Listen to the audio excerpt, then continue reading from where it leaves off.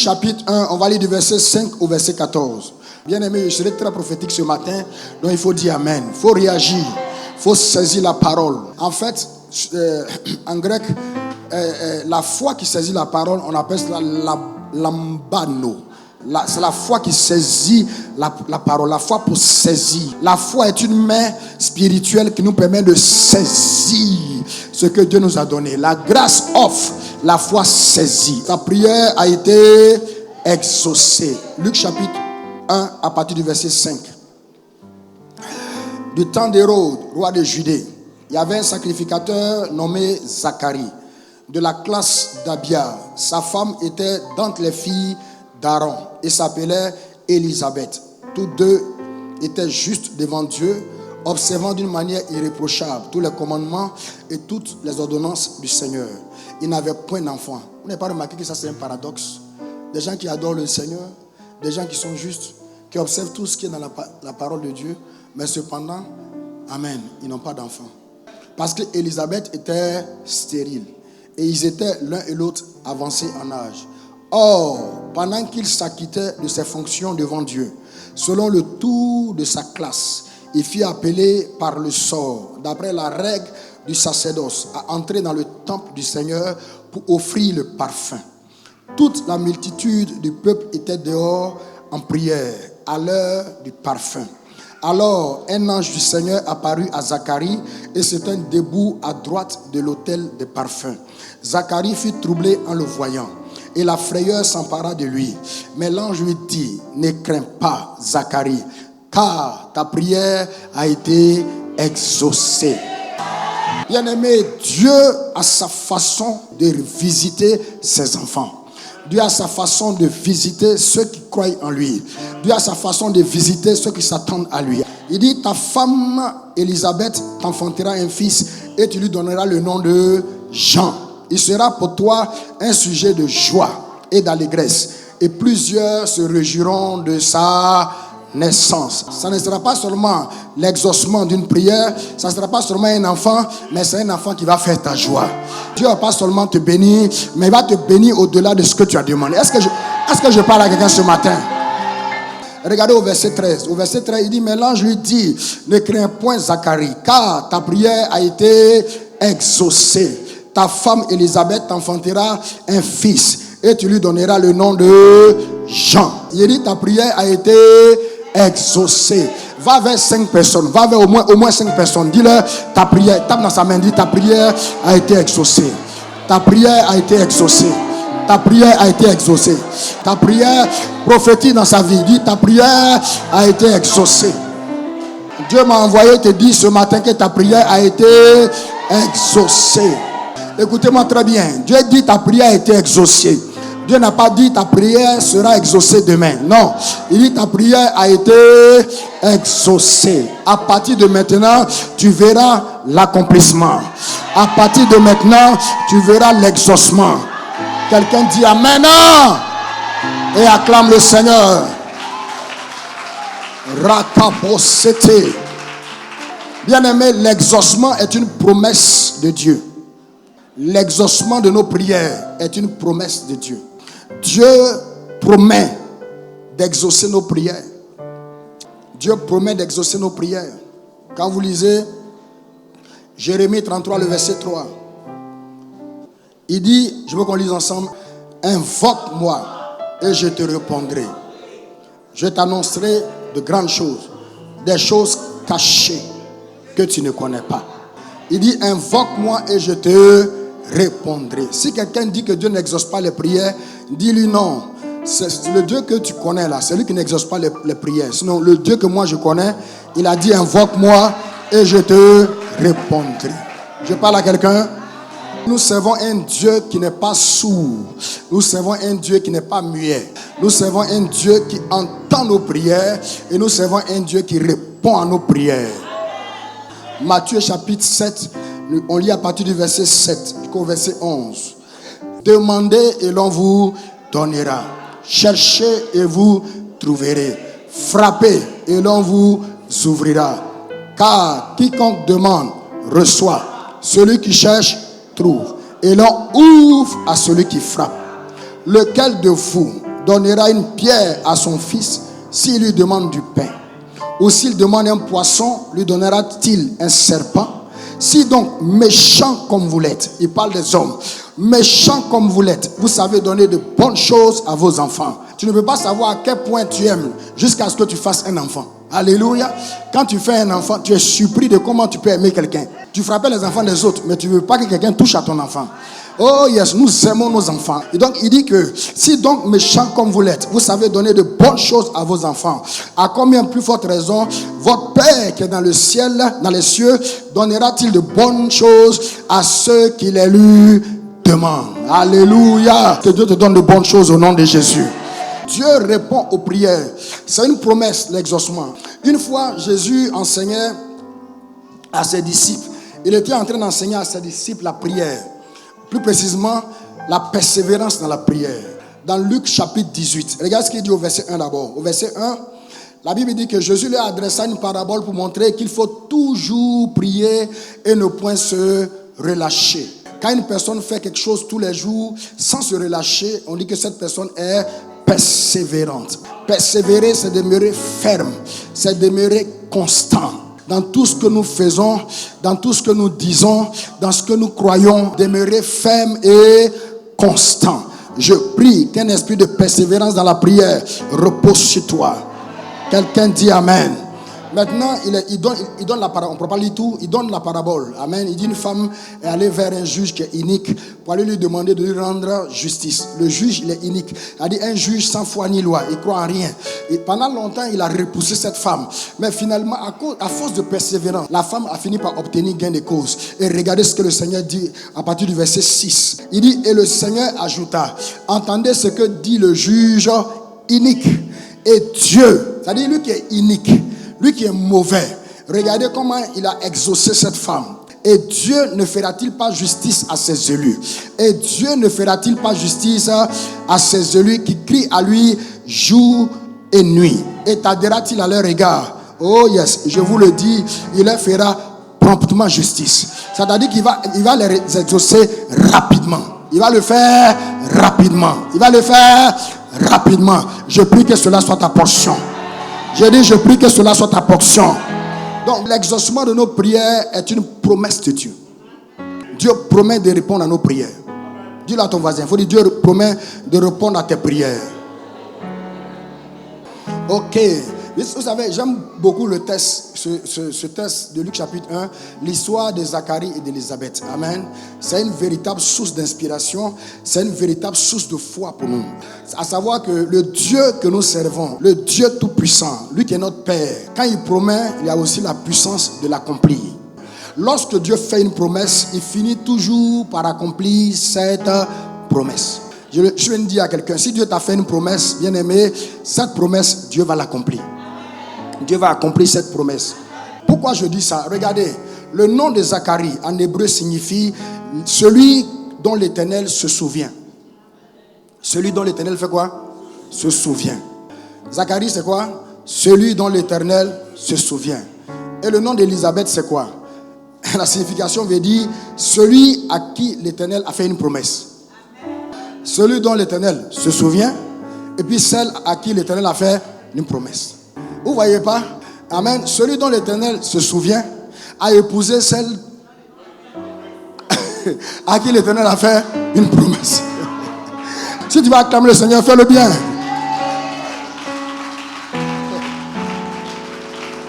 Celui dont l'Éternel se souvient a épousé celle à qui Dieu a fait une promesse. C'est extraordinaire, non? Ok, mais bien aimé, regardez. Malgré la signification de son nom, celui dont l'Éternel se souvient. Zacharie, malgré la signification de son nom, Zacharie vivait comme celui que l'Éternel avait oublié. Et Élisabeth aussi, malgré la signification de son nom, celle à qui Dieu a fait une promesse, elle vivait comme quelqu'un, oui, qui n'a jamais eu de promesse de la part du Seigneur. Jusqu'au jour où l'ange de l'Éternel a visité Zacharie et lui a dit, ne crains rien Zacharie, car ta prière a été exaucée. Dieu s'est souvenu d'eux et Dieu a accompli sa promesse envers eux. Quel Quelle était cette promesse? Mais Exode 23, le verset 25 à 26. Aujourd'hui, c'est le jour de ton jour. Pendant que je suis en train de parler, Dieu me convainc que, bien aimé, certains parmi vous, cette semaine ne passera pas, que vous aurez un témoignage. Je parle à quelqu'un ce matin. Regardez la promesse de Dieu. Il dit, vous servirez l'Éternel, votre Dieu, et il bénira votre pain et vos eaux. Et j'éloignerai la maladie du milieu de vous, de toi. Il n'y aura dans ton pays ni femme qui avorte. C'est-à-dire, il n'y aura pas de fausse couche. C'est pas tout, il dit, ni femme stérile. Je prie que cette promesse s'accomplisse dans cette église au nom de Jésus-Christ. Il dit, je remplirai le nombre de tes jours. Vous voyez, Dieu s'est souvenu d'eux et Dieu a accompli sa promesse dans leur vie. Ce matin, Dieu m'a envoyé te dire que ta prière a été exaucée. Dieu se souvient de toi. Et Dieu a accompli sa promesse dans ta vie. Dans le nom de Jésus-Christ. Alléluia. Acclame le Seigneur, bien-aimé.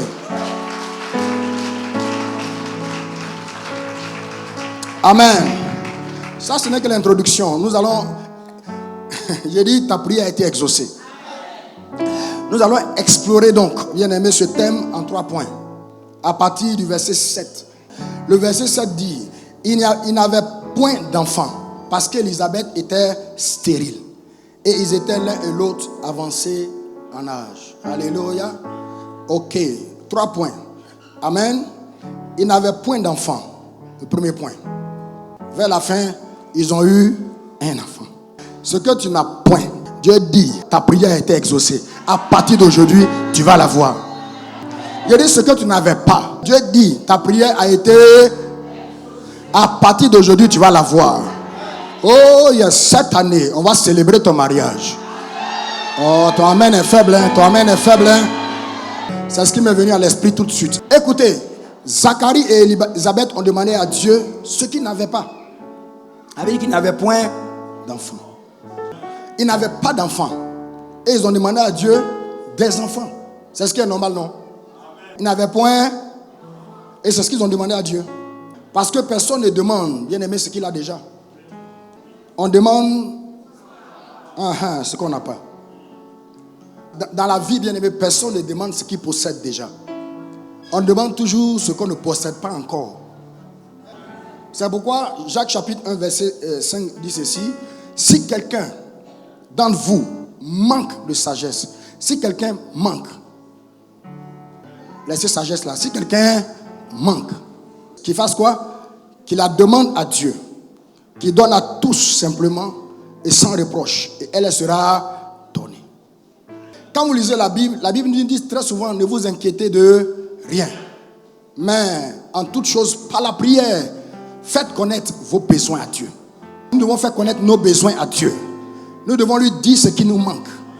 Nous devons lui dire ce que nous n'avons pas, ce dont nous avons besoin. Nous devons dire à Dieu, bien-aimé, tout ce qui nous préoccupe. C'est ça la prière. La prière, ce n'est pas des formules magiques qu'on récite. La prière, c'est dire à Dieu tout ce qui te préoccupe. Qu'est-ce qui te préoccupe?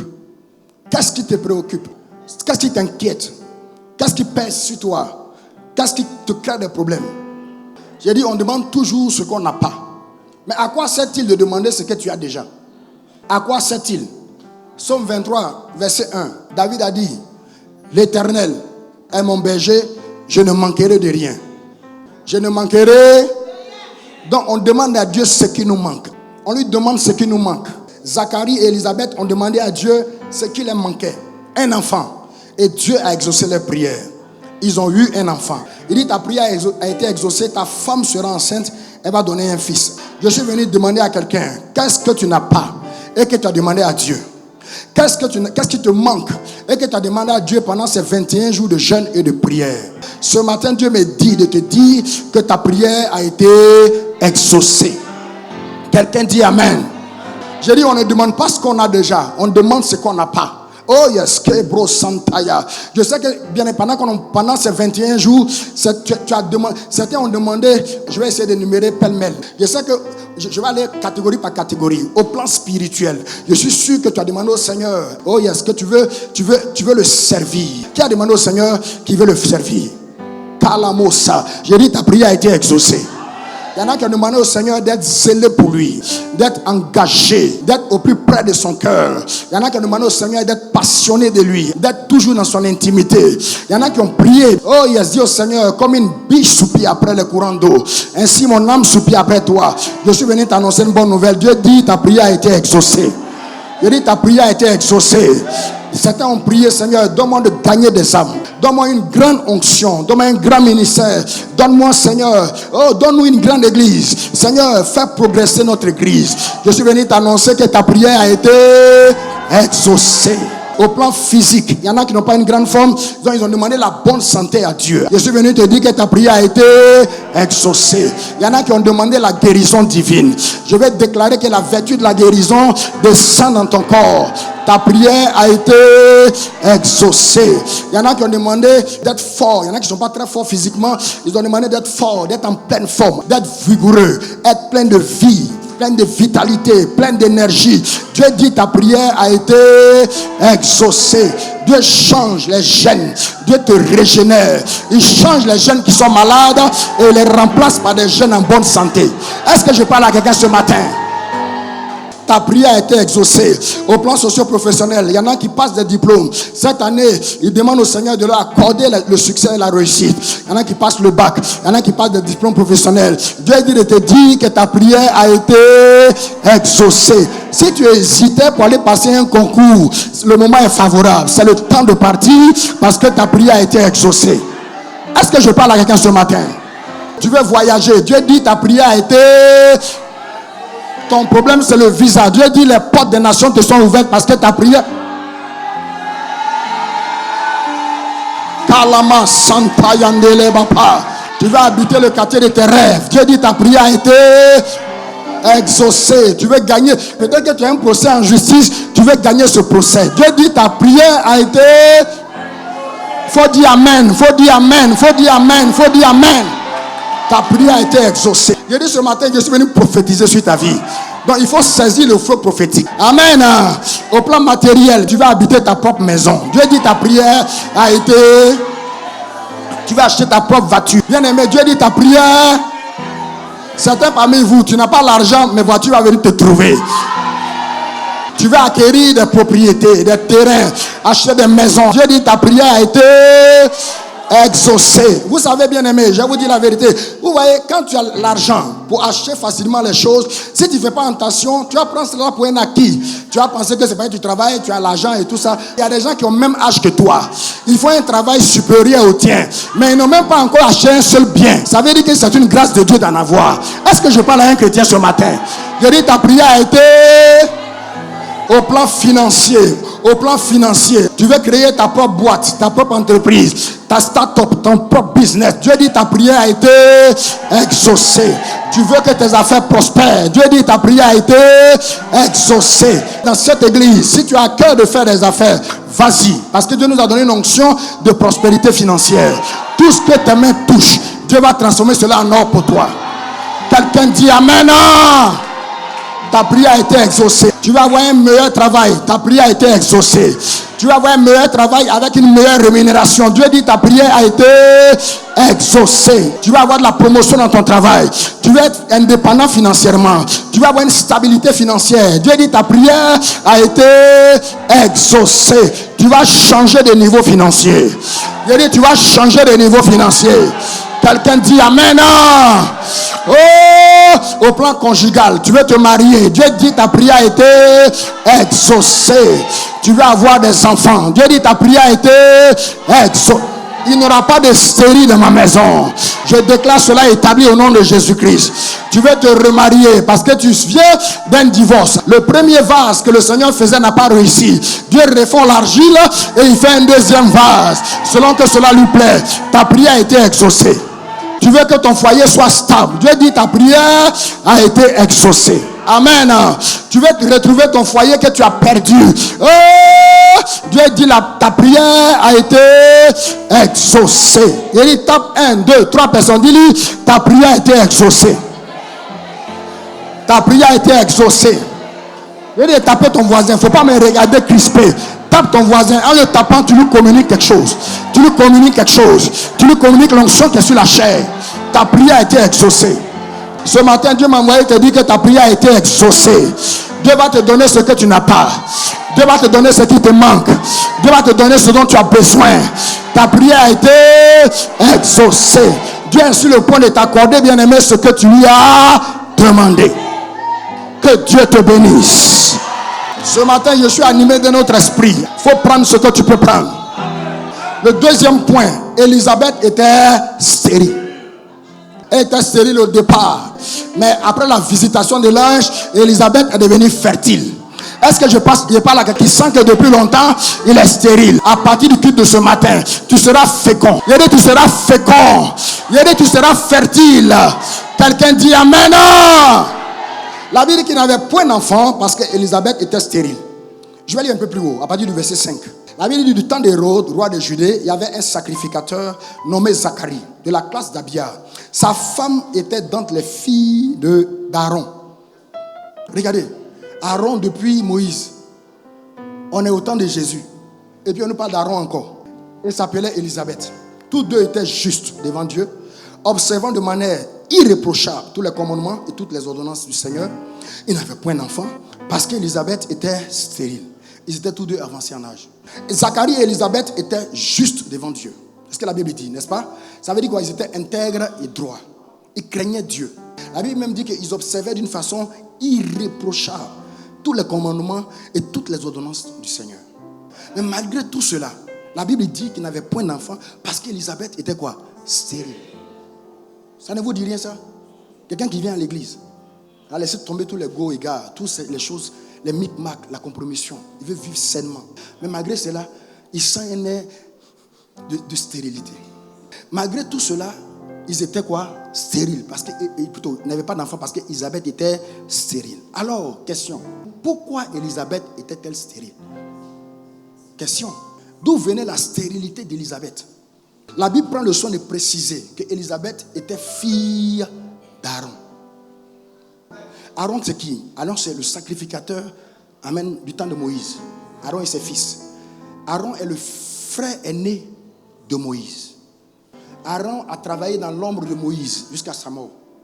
Alors, ce que je vais dire ce matin, c'est qu'il y a une raison pour laquelle la Bible prend la peine de souligner qu'Élisabeth était fille d'Aaron, c'est-à-dire de la descendance d'Aaron. Aaron, le sacrificateur, avait fait quelque chose. Je dirais, il avait quelque chose à voir avec la stérilité d'Élisabeth. Ok, donc, bien aimé, il dit, Aaron, le sacrificateur, avait quelque chose à voir avec la stérilité d'Élisabeth. Il y avait un lien entre Aaron et la stérilité d'Élisabeth. Aaron était responsable de la stérilité d'Élisabeth. Élisabeth était stérile à cause de Aaron. Mais qu'est-ce qu'Aaron a fait? Écoutez, Élisabeth était stérile à cause du péché d'Aaron. Le péché d'idolâtrie, si vous vous souvenez.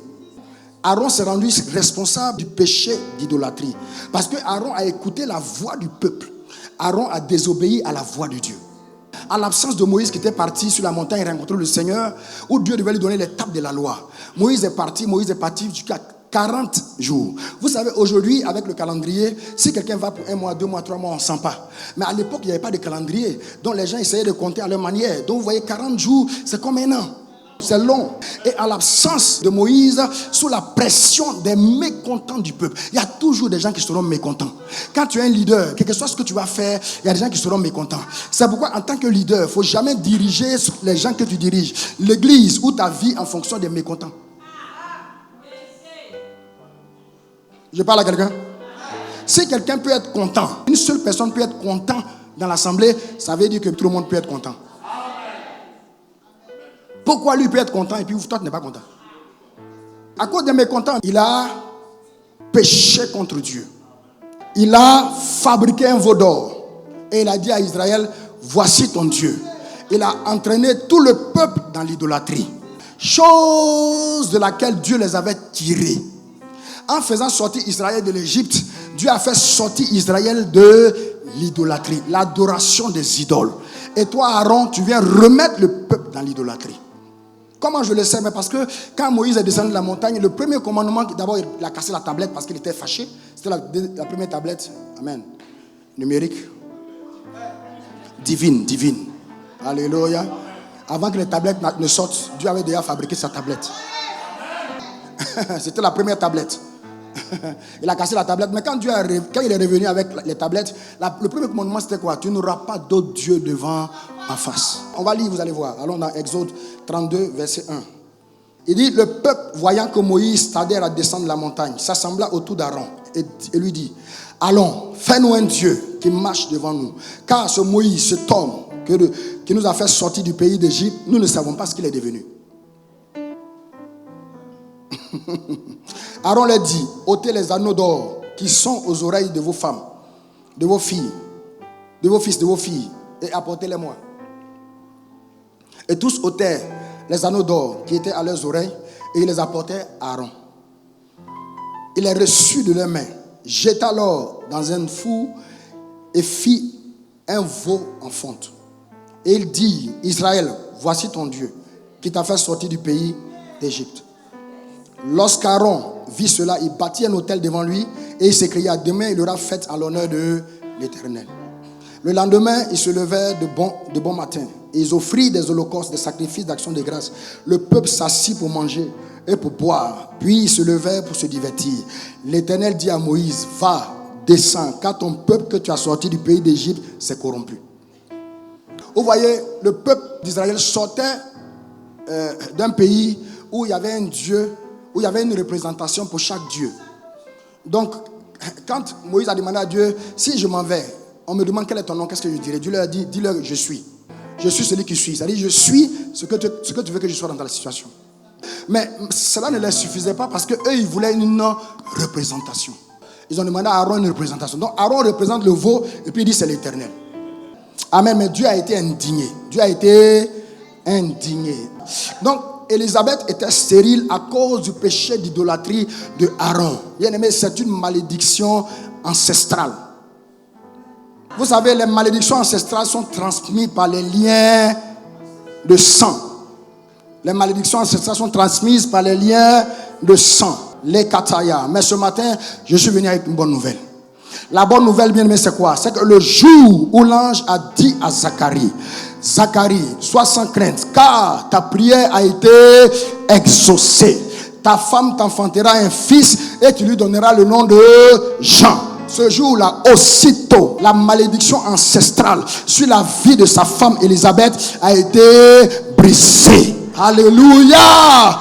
Je suis venu dire à quelqu'un ce matin, Dieu dit, ta prière a été exaucée. Alors, toute malédiction ancestrale que tu transportes depuis les années, ce matin, je vais déclarer que cette malédiction est brisée au nom de Jésus-Christ. C'est la bonne nouvelle que j'ai pour toi ce matin.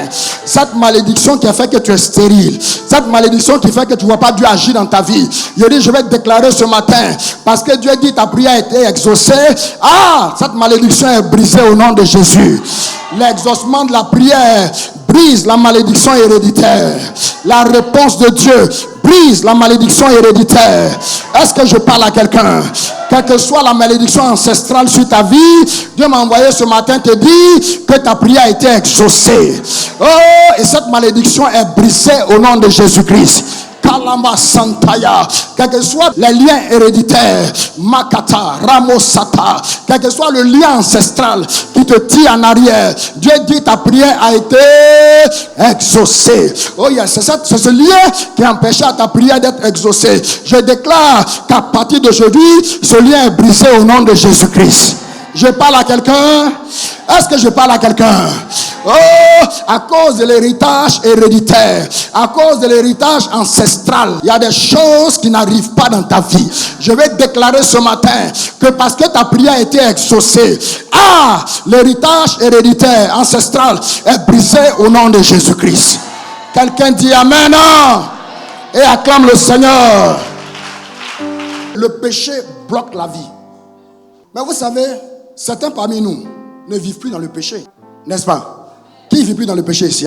Mais malgré cela, bien aimé, quelque chose continue de bloquer ta vie. On dit qu'ils étaient intègres et droits. Ils craignaient Dieu, ils observaient tout ce que le Seigneur disait. Malgré cela, quelque chose bloquait leur vie. Et des chrétiens sincères qui ont abandonné le péché ont toujours leur vie bloquée. Malgré le fait qu'ils sont justes, craignant Dieu, observant la parole, bien aimé, ils meurent de cancer. J'ai un ami pasteur, Dans son église, ça fait la 3e personne qui meurt de cancer. À un moment donné, les gens s'interrogent, mais qu'est-ce qui se passe? Suis-je le prochain sur la liste? Malgré qu'ils craignent Dieu, malgré qu'ils sont engagés, malgré qu'ils obéissent à la parole, ils sont sans emploi. Ils sont pauvres. Ils meurent par accident. Ils demeurent célibataires. Ils demeurent stériles, sans enfants. Malgré qu'ils craignent Dieu. Oh yes. La Bible dit qu'il n'y a pas de malédiction sans cause. Ça n'existe pas. Ce sont les malédictions issues du péché de leurs parents. Les malédictions issues du péché de leurs parents. Ce sont les malédictions dues au lien familial. Les liens de famille sont des barrières invisibles à la manifestation de la bénédiction de Dieu dans ta vie. Mais ce matin, Dieu m'a envoyé te dire que ta prière a été exaucée. Et parce que ta prière a été exaucée, tout lien de famille responsable de blocage dans ta vie est brisé au nom de Jésus-Christ. Je dis tout lien de famille responsable de blocage est brisé au nom de Jésus-Christ. Tout ce qui te résistait, ce matin Dieu dit ta prière a été exaucée. Tout ce qui te résistait ne te résistera plus jamais. Tout ce qui t'empêchait d'aller de l'avant ne t'empêchera plus jamais d'aller de l'avant. Tout ce qui bloquait ta mobilité n'empêchera plus ta mobilité au nom de Jésus-Christ. Il y a tout lien de famille, tout bagage émotionnel venant de ta famille qui te bloque ta vie, bloque ton avancement, bloque ton épanouissement, bloque ta gloire. Alléluia. Il y a des gens qui sont nés dans des familles bien-aimées de honte, où on ne peut pas lever la tête. Alléluia. Toujours la tête est abaissée. Parce que personne n'a émergé. Personne n'est sorti du lot. Personne n'a brisé la barrière. Personne n'a franchi la ligne de démarcation. Je dis ce matin, ta prière a été exaucée. Je te vois en train de franchir la ligne de démarcation. Je te vois en train de traverser la barrière. Dans le nom de Jésus. Acclame le Seigneur si tu le crois. Ta prière a été exaucée. 3e point. Ils étaient l'un et l'autre avancés en âge. Mais malgré le fait qu'ils soient avancés en âge, ils ont eu un enfant. Je parle à quelqu'un. Ils étaient l'un et l'autre avancés en âge. Je pense que la Bible veut nous faire remarquer ici que ça faisait longtemps que Zacharie et Élisabeth priaient Dieu pour avoir un enfant. Ils étaient avancés en âge. Ça veut dire depuis qu'ils sont mariés, c'est pas si c'est 18 ans, ils cherchent enfant. Ils cherchent. Ça fait longtemps. J'appelle cela les prières qui sont restées longtemps non exaucées. Alléluia. Les kataya. Mais la bonne nouvelle. Quelqu'un dit avec moi la bonne nouvelle.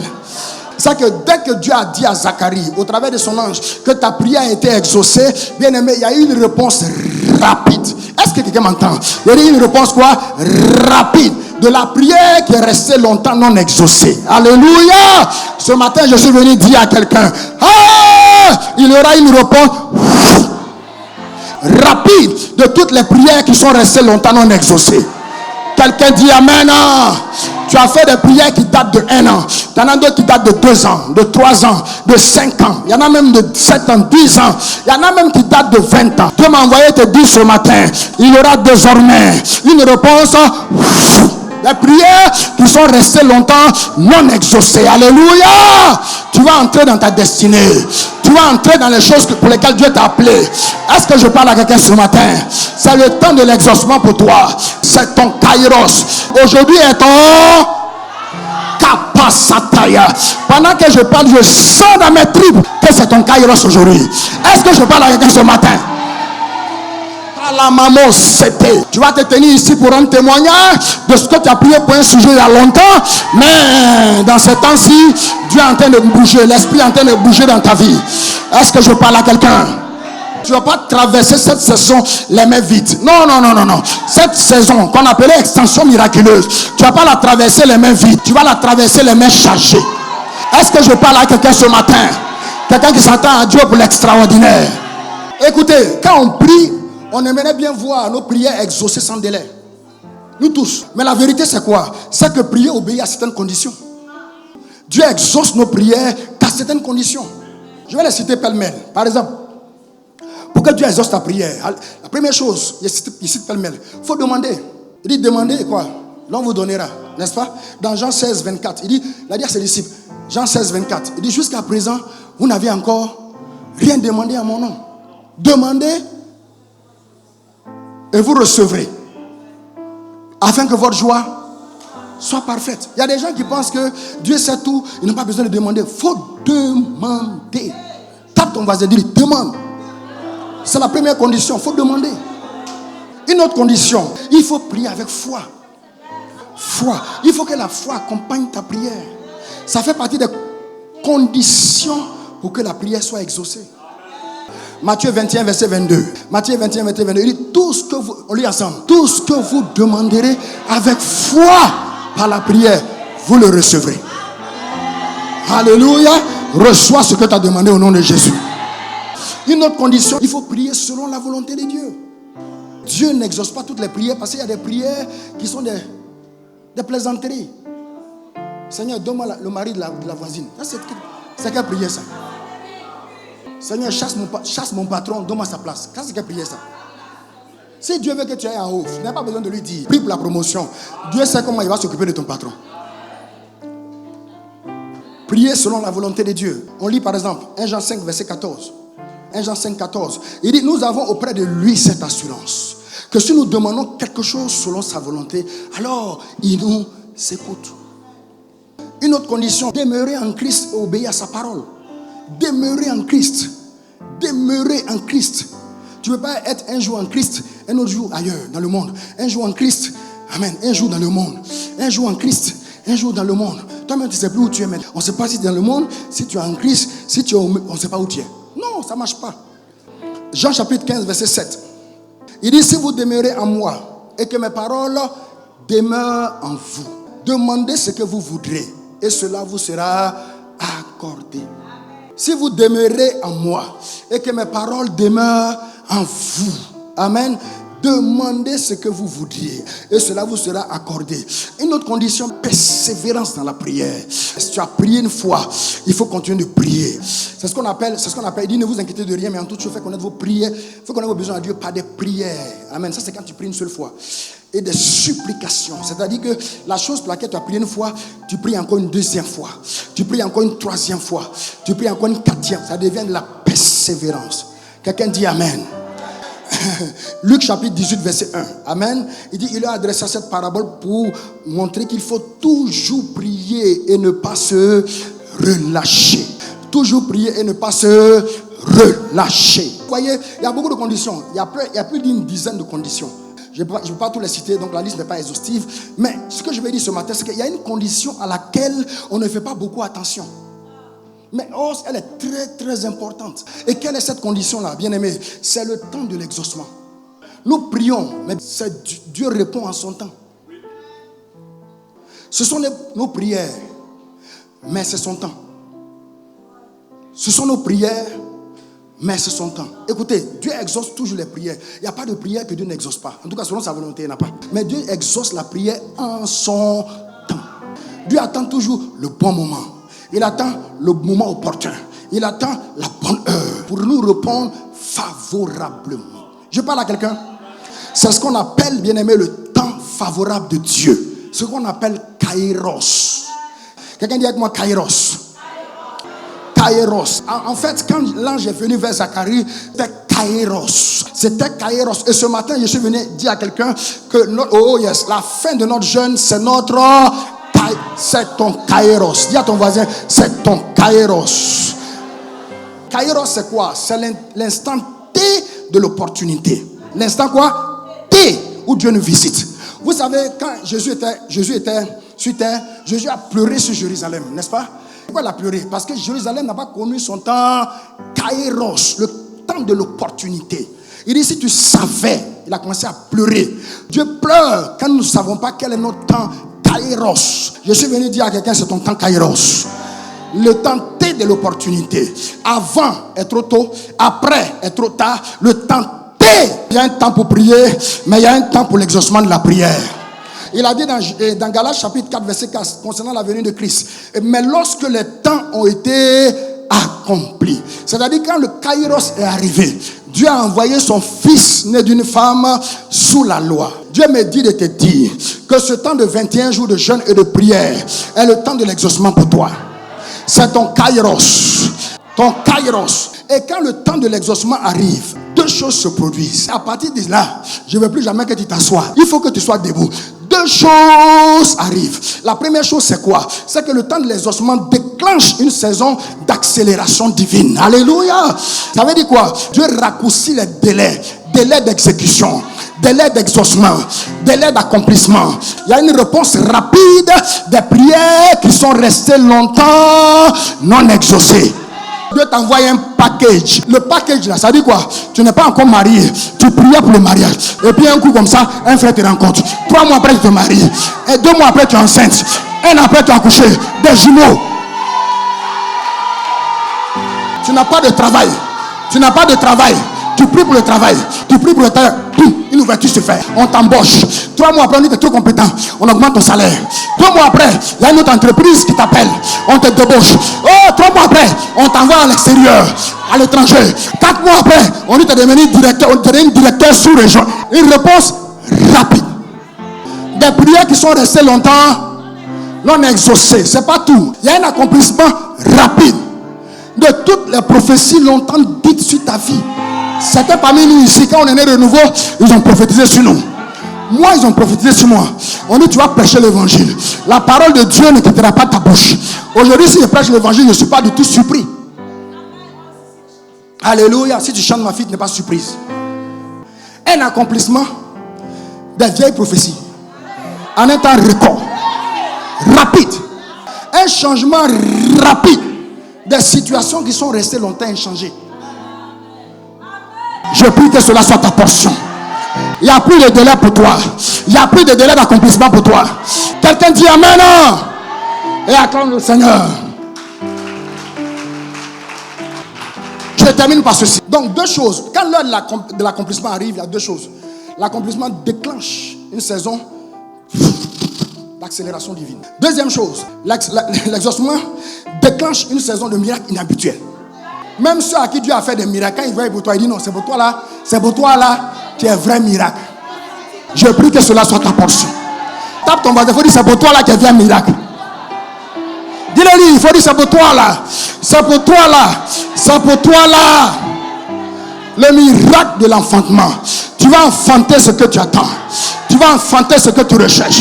Est-ce que je prie, est-ce que je parle à des gens qui sentent qu'ils sont enceintes? Est-ce que quelqu'un sent qu'il est enceinte ici? Comporte-toi comme quelqu'un qui est enceinte. Regardez, Zacharie et sa femme étaient l'un et l'autre avancés en âge. Élisabeth était stérile. Élisabeth aussi était avancée en âge. Mais Élisabeth était quoi? Stérile. Donc elle était stérile, mais en plus elle était avancée en âge. Ça veut dire quoi? Ça veut dire qu'elle avait passé l'âge d'avoir des enfants. Si quelque chose devait se faire, c'était pendant qu'elle avait encore l'âge d'avoir des enfants. Mais là maintenant elle est ménopausée, fatiguée. Est-ce que même son mari même l'a fait encore? Non. Il n'y a plus de... Vous savez, ce gars n'est pas encore marié, que fait l'amour, tu es comme ça. Alléluia. Quand tu vas te marier, la personne que tu aimes là, est couchée à côté de toi, mais ça ne te fait plus rien. Donc imaginez, ils sont vieux. Ils se demandent même s'ils ne sont pas nés frères et sœurs. Quand je parle, tu ne comprends pas, ben, tu n'es pas encore, tu comprends pas. Tu vas comprendre. Donc, elle était stérile, mais son vieil âge, bien aimé, rendait la stérilité irréversible. C'était quoi? Irréversible. Mais quand le temps de l'accomplissement est arrivé, Ramasataya, vous voyez, non, les émotions qui avaient disparu, comment ça fait quoi? Elle t'a dit qu'il rentre dans la chambre et puis Zacharie dit, oh Elisabeth, tu es belle, hein? Ça fait au moins 20 ans, elle n'a pas entendu ça. Et puis elle se dit, ah, oui, mon mari. Là, on comprend que ce n'est pas l'homme, c'est le Saint-Esprit lui-même qui est descendu en eux. Donc, Elisabeth était stérile. Ça veut dire quoi? Elle n'était plus apte à avoir des enfants. Mais le temps de l'exaucement a provoqué un miracle inhabituel. Je suis venu dire à quelqu'un, tu ne remplis pas les conditions, c'est vrai, mais ta prière a été exaucée. J'ai dit, tu ne remplis pas les conditions, c'est vrai, mais ta prière a été... L'exaucement va produire un miracle inhabituel dans ta vie. Tu ne remplis pas les critères, c'est vrai, mais ta prière a été exaucée. Est-ce que je parle à un chrétien ce matin? Tu ne remplis pas les... Je ne voulais pas en parler, mais je vais en parler. Parce que tu ne comprends pas ce que j'ai dit. Voici une de mes filles qui est partie en France. Quand elle arrivait en France, les gens lui ont proposé du travail. Elle allait rejoindre son mari. On a fait ceci, fait cela, fait ceci. Quand elle partait d'ici, elle m'a dit, papa, moi je ne veux pas faire Josie. Oh yes. Ce que tu veux, c'est ce que tu auras. Si tu veux, tu peux. Elle dit, moi je vais là, je ne vais pas faire. Je vais travailler dans le bureau, travailler comme je travaillais ici. Elle dit, ok, vas-y ma fille, va selon ta foi. Elle a la foi. Parce que moi, même quand elle me disait ça, mais je n'ai pas besoin d'avoir la foi, puis ce n'est pas moi qui veux. Elle qui veut. Alléluia. Et puis, il y a une. Elle cherche du travail. Elle demande. Elle dit Dieu, non, Dieu. Elle dit, il y a une dame de l'église qui s'occupe souvent des gens, elle fait du social et tout ça. Elle a donné son CV. La dame la regarde le CV. Elle dit, non, c'est trop rempli, c'est trop ça. Il faut faire un truc simple. On va déposer quelque part, tu vas voir quelque chose. Elle dit que oui, elle a compris. Quand elle est rentrée à la maison, elle dit que dans son esprit, le Saint-Esprit lui a dit, il ne faut pas changer quelque chose. Est-ce qu'il était d'aller consulter les hommes? Alléluia. Et avant que la dame ne demande, mais où est ton CV? Bien aimé, il y a un cabinet qui l'a appelé. Elle a commencé à travailler dans une maison d'assurance. Il doit faire un CDD. Hein? Son mari même, il est en France depuis, il ne croit pas. Et puis en décembre, son visa est fini. Normalement, quand ton visa finit, si tu n'as pas de séjour, tu commences à avoir peur parce qu'on va résilier ton contrat tout de suite. Ils n'ont pas résilié son contrat, elle a eu un séjour. Elle a continué. J'étais assis tranquillement chez moi. Samedi, pas hier, samedi c'est passé. Elle et son mari m'appellent. Papa, je me les appelle comme ça, ma fille.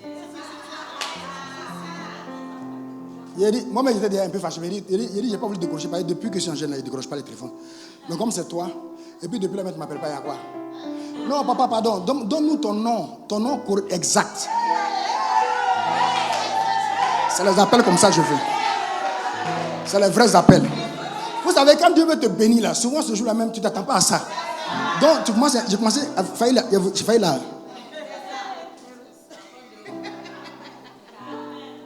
J'envoie mon nom. Amen. Elle m'envoie 700, près de 800 €. Calculez. Ce que tu trouves là, c'est ça.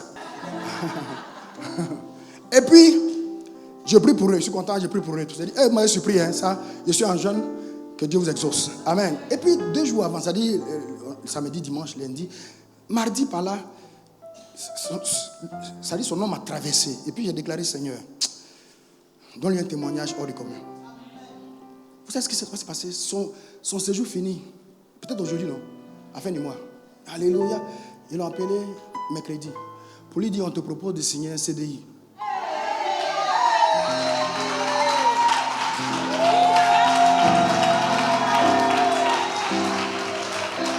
J'ai dit, tu ne remplis pas les critères, mais ta prière a été exaucée. Alléluia! Le temps de l'exaucement va provoquer un miracle inhabituel dans ta vie. Le délai est passé, c'est vrai. Mais ta prière a été exaucée. Dis-le à quelqu'un, le délai est passé. Mais ta prière a été exaucée. Quelqu'un me disait, pasteur, on m'a appelé dans une entreprise. J'ai déposé mes dossiers il y a au moins 5 ans en arrière. J'ai dit, le délai est... Mais ta prière a été exaucée. Ta prière, tape ton voisin, il faut dire, ta prière a été exaucée. Tu n'es pas éligible, mais ta prière a été... Est-ce que je parle à quelqu'un ce matin qui n'est pas éligible? Tu n'es pas apte. Amen. Tu n'as pas les aptes. Tu n'es pas apte. Mais ta prière a été... Ah! Je prie que cela soit ta portion. J'ai dit, tu n'es pas sur la liste. Je suis en train de parler prophétiquement à quelqu'un. Tu n'es pas sur la liste. Parce que ton dossier est venu en retard. Mais ta prière a été exaucée. Vous savez, le temps d'exaucement est au-dessus des lois naturelles et au-dessus des lois des hommes. En fait, même le temps de l'exaucement nous fait contourner les lois naturelles et les lois des hommes. Nous fait contourner. Ça a été le cas d'Abraham. Abraham, la Bible dit que lui et Sarah n'étaient plus en âge d'avoir des enfants. Mais quand le temps de l'exaucement est arrivé, il s'est produit un miracle inhabituel d'enfantement. Je suis venu dire à quelqu'un, quand Dieu dit, oh yes, que ta prière a été exaucée, Dieu va utiliser tous les moyens spirituels, tous les moyens naturels, tous les moyens à sa disposition pour que ce que Dieu a dit arrive. Et je prie que cela soit ta portion. Je termine par ceci. Zacharie a demandé un enfant. Juste un enfant. Juste un bébé. Puis bon chéri, élevé. Juste ça. C'est ce qu'il a demandé. Mais Dieu lui a donné plus qu'un enfant. Dieu a fait quoi? Plus qu'un enfant. Jean-Baptiste, bien-aimé, est devenu un prophète. Jésus a dit plus qu'un prophète. Jésus a dit qu'il est le messager qui a été envoyé devant le Seigneur pour faire quoi? Pour annoncer le Messie. C'est pas tout. Dieu dit que de tous ceux qui sont nés de femmes, Jean-Baptiste est le plus grand. Est-ce que vous savez de quoi je parle? Alors je suis venu dire à quelqu'un, tu as demandé quelque chose à Dieu, mais Dieu va faire au-delà. Il va faire au-delà de sorte que, bien aimé, quand tu auras un témoignage, il y a un autre témoignage qui vient. Quand tu auras un témoignage, il y a un autre témoignage qui vient. Que Dieu te bénisse.